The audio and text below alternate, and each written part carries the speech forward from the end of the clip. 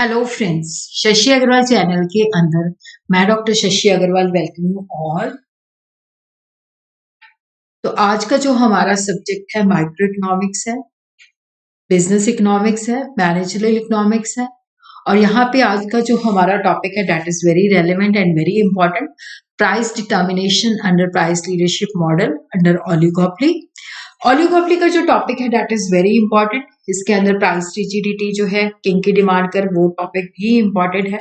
अगर टाइम मिला, वैसे उसके ऊपर भी पहले वीडियो डली हुई है। ये जो क्वेश्चन है दैट इज वेरी इंपॉर्टेंट। ये अभी रिसेंटली माइक्रो इकोनॉमिक्स जो बीकॉम के लिए हुआ था, उसके अंदर ये क्वेश्चन हुआ था। तो ये पहले भी एग्जाम के अंदर आ चुका है, तो इसी वजह से मैं इसको सेपरेटली शेयर कर रही हूँ। अगर आपको मेरा ये एफर्ट सही लगता है तो डू लाइक माय वीडियो, इसको शेयर कीजिए, कमेंट कीजिए और मेरे चैनल शशि अग्रवाल को सब्सक्राइब कीजिए। तो सबसे पहले हम देखते हैं ओलिगोपोली का मतलब क्या होता है। देखो, ओलिगोपोली एक मार्केट सिचुएशन होती है जहाँ पे बहुत कम सेलर होते हैं। ओलिगोपोली जो है ड्राइव किया गया है टू ग्रीक वर्ड्स, ओलिगोई जिसका अर्थ होता है फ्यू और पॉली का मतलब होता है कंट्रोल के। फ्यू सेलर का कंट्रोल होता है, बाहर ज्यादा होते हैं। ओलिगोपोली जो है इसके अंदर इंटेंस कंपटीशन होता है। यहाँ पे जो फर्म है अपनी मार्केट पॉलिसी जो है देखती है कि जो उसके क्लोज राइवल है, कॉम्पिटिटर्स हैं, उनके एक्सपेक्टेड बिहेवियर के बेसिस पे करती है। ये इम्परफेक्ट कंपटीशन की फॉर्म होती है जहाँ पे फ्यू फॉर्म्स होती हैं, जहाँ तो वो होमोजेनियस प्रोडक्ट जो है बनाती हैं या जो क्लोज सब्स्टिट्यूट्स होते हैं, बट एक दूसरे के परफेक्ट सब्स्टिट्यूट नहीं होते। Oligopoly is a market situation with only few sellers. Monopoly के अंदर ओनली वन सेलर होता है, लेकिन ये परफेक्ट कंपटीशन के अंदर बहुत सारे सेलर्स एंड बहुत सारे बायर होते हैं।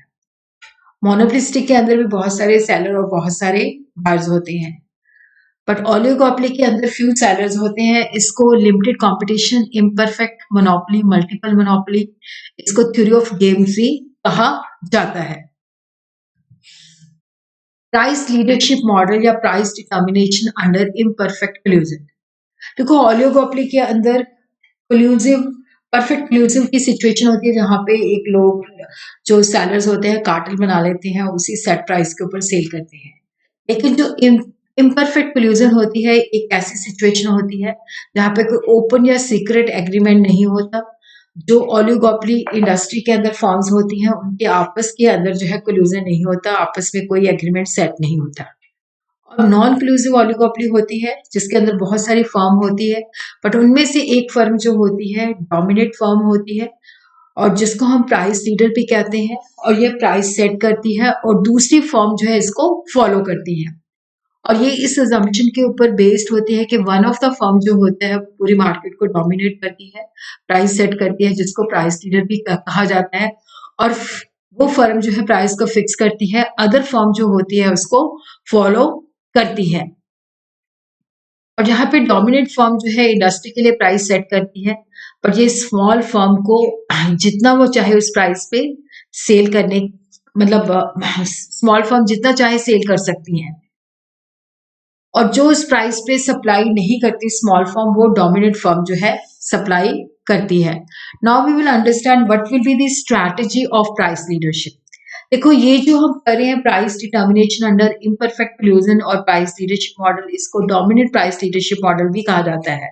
तो यहाँ पे जो प्राइस लीडर है वो फ्रीक्वेंटली प्राइस को चेंज नहीं करता। प्राइस को वो तभी चेंज करता है जब कॉस्ट और डिमांड कंडीशन के अंदर बहुत सिग्निफिकेंट चेंजेस आती हैं। प्राइस लीडर जो है वो प्राइस को इंक्रीज करता है इंडस्ट्री वाइज, अगर वेजेस में राइज है या टैक्सेस में राइज है या कुछ बेसिक इनपुट जो होते हैं उनकी प्राइसेस के अंदर राइज है। और प्राइस लीडर जो है, जो भी फ्यूचर के अंदर वो प्राइस चेंजेस करता है, वो पूरी इंडस्ट्री को कम्युनिकेट करता है। और प्राइस लीडर जो है, देखो जब वो प्राइस फिक्स करता है तो ये प्राइस नहीं हो सकती कि जो उसके शॉर्ट रन प्रॉफिट को मैक्सिमाइज करे, नेसेसरी नहीं है। मतलब कई बार वो न्यू कॉम्पिटिटर को नहीं चाहता कि वो एंटर करे, वो ऐसी प्राइस पे रख सकता है जो short run profit maximising level से नीचे हो। मतलब जरूरी नहीं है कि हर वक्त वो ऐसी ही प्राइस चूज करे जिससे उसके शॉर्ट रन प्रॉफिट मैक्सिमाइज हो रहे। तो कई सिचुएशन के अंदर नए कॉम्पिटिटर को एंट्री उसकी रोकने के लिए वो short run profit maximising level से नीचे भी रख सकता है। नाउ वी विल अंडरस्टैंड कि प्राइस लीडरशिप के अंदर जो है किस तरह से जो है प्राइस डिटरमिन होती है। तो देखो ये जो डिमांड कर्व है ये पूरी इंडस्ट्री का है, ये जो सप्लाई कर्व है ये पूरी इंडस्ट्री का है। और यहाँ पे हम देखते हैं कि ये जो डिमांड कर्व है ये डोमिनेट फर्म का है और यहाँ पे ये उसका जो है मार्जिनल कॉस्ट कर्व है, ये उसका मार्जिनल रेवेन्यू कर्व है। तो जहां पे marginal cost curve marginal revenue को नीचे से कट करता है वहां पे इक्विलिब्रियम होता है। तो यहाँ पे ये प्राइस जो होती है फिक्स होती है ओपी, और इस प्राइस के अंदर जो पूरी इंडस्ट्री का सप्लाई होती है वो OQ1 होती है, और जो डोमिनेट फर्म सप्लाई करती है वो OQ सप्लाई करती है, और जो बाकी लोग सप्लाई करते हैं दैट इज QQ1।